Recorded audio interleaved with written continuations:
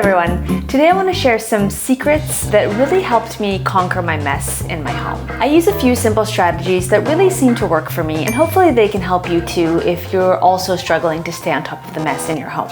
I'm Vivien, and on this channel I love sharing budget-friendly and approachable home decor tips that will help you create a home that you love. And today we're talking about tidying. It's so easy to fall into the trap of saying, well, I'm just naturally messy. And that may be true, it was for me, but you can fix that. You're messy because either 1, you're disorganized, or 2, you have too much stuff. Likely it's both of those things. And what happens when you have too much stuff? Well, you feel overwhelmed. And when you feel overwhelmed, what do you want to do? Your instinct is probably to purge. After all, that is what Marie Kondo told us all to do, right? But for me, that doesn't really work because after you get rid of all your stuff, you just accumulate it again. And then you're right back where you started. It's wasteful and it actually doesn't solve any problems. So what should you do? Organize it first. And I don't mean organizing as in just making everything look pretty, like giving all your spice containers matching labels. That's a nice end result of the process. But I mean truly organized, as in you know where things belong in your home. Making things pretty can come later. Organizing can seem really intimidating, so I'm gonna break it down into a few really simple steps for you so that you can get started too.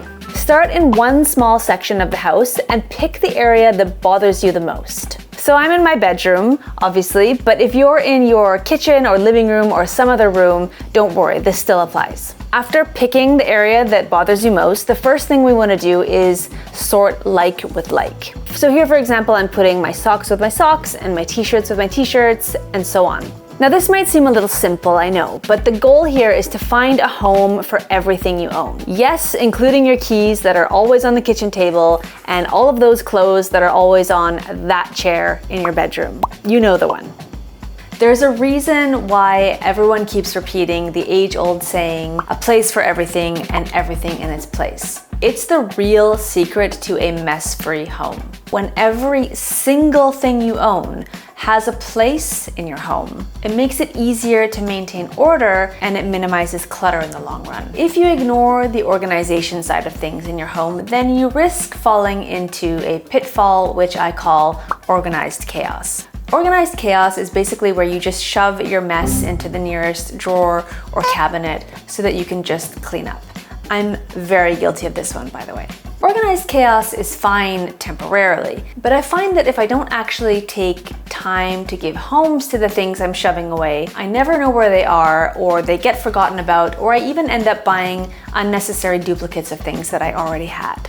We all have a junk drawer, of course, and that's okay, but if everything becomes a junk drawer, then that's a little less okay. And you'll find as you start the process of organizing, you'll come across a number of items that for various reasons are no longer relevant to your life. This is where it does make sense to start thinking about decluttering or purging. But before we dive into talking about decluttering, I'd like to thank Foreo Sweden for partnering with me on today's video. Foreo sent me their Luna 4, which is a smart facial cleansing and firming device. This baby does it all. The Luna 4 is made with ultra-hygienic silicone and cleanses with T-sonic pulsations that reach deep into your skin to really give it a personalized and thorough clean. There are 3 cleansing modes to choose between, and the device really helps your skin absorb your skincare products more effectively. As if that wasn't enough, if you connect up to the Foreo app, you can use one of their app-guided massage routines to really tighten and firm up your skin using the back of the device. I've been using my Luna 4 for a few weeks now, and I can definitely see a difference in the texture of my skin.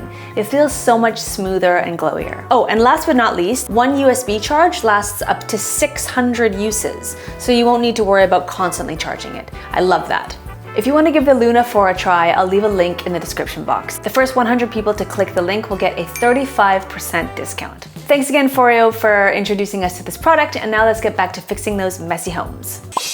Before you can declutter, of course you need to know what clutter is and what isn't. Sometimes we end up accumulating lots of stuff because it's just difficult for us to determine or decide what is clutter versus what isn't. Of course, this is very subjective. And remember, just because something doesn't bring us joy, that doesn't mean that we should automatically just get rid of it. For example, all the gear I use to shoot my videos, the cameras, the tripods, the lights, it doesn't bring me joy, but I need it, so it stays. Now that's an obvious example, but sometimes it's not so obvious. If you're struggling to figure out whether or not you should hang on to something, try asking yourself these 3 questions. 1. Do you love it? Then you should keep it. 2. Do you use it? Then you should keep it. 3. Do you need it? You should also keep it. Anything else is clutter and ideally should be removed from your living space. I love this flowchart from Hazel Thornton. She's a retired professional organizer. It's free to download on her website, orgforlife.com. Next, I want to talk about some popular decluttering methods that you could try. The first one is, of course, the KonMari method. The KonMari method is more about deciding what stays versus what goes. You basically take everything you own of one category, for example, all your t-shirts, and then you go through each one and ask yourself if it still sparks joy.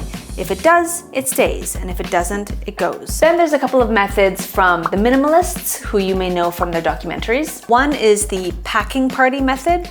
You literally pack up all your belongings into boxes as if you were moving, and then throughout the next few months, you unpack only the things that you need and use. Any items left inside the boxes after 3 months are sold or donated. This method is a little bit extreme, and I think it really only makes sense to do if you're already moving, then you could try it out. The other one by the minimalists is the game method. Starting on the first day of the month, say January 1st, you declutter 1 item. On the second day, January 2nd, you declutter 2 items, and so on. You continue this, decluttering an increasing number of items each day until the end of the month. By the end of a 31-day month, you will have removed a total of 496 items from your home if you complete the game. The next method is called the one method. It's very simple. All you need to do is remove 1 item from your home every day for a period of time of your choice. It can be 1 paperclip or it could be 1 bag full of clothing. The 4-box method is where you take 4 boxes and you label them throw away, put away, give away, and undecided. Then you pick up the mess in the room and it has to go into one of those boxes. Then you deal with the stuff in the boxes accordingly. These are just some of the more popular methods that exist, but there are tons more out there, and you can also invent your own if you like.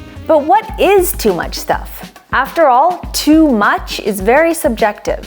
So what I like to do is actually let my available storage space dictate how much I can have. If once you're done organizing your things, you still have a bunch of stuff left over and you're starting to cram, it means you've got too much stuff and you've got to get rid of some things. And if I absolutely have to hang on to these things, then I might consider getting additional storage. But that's an absolute last resort. Once you've purged, it's now time to maintain. At this point, things are hopefully a little more manageable, so it makes sense to create a cleaning schedule now if you haven't got one already. And I won't get into that because the video will be long enough already. So I'm kind of at this stage now, and I have a lot of methods that I use to kind of keep the chaos under control in my home. The first one is the 1 in, 1 out method. So whenever you bring something new into your home, you try and get rid of something else that serves a similar purpose. The second method I use is the delivery box method. I don't know if that's what it's called, but that's what I call it. So yeah.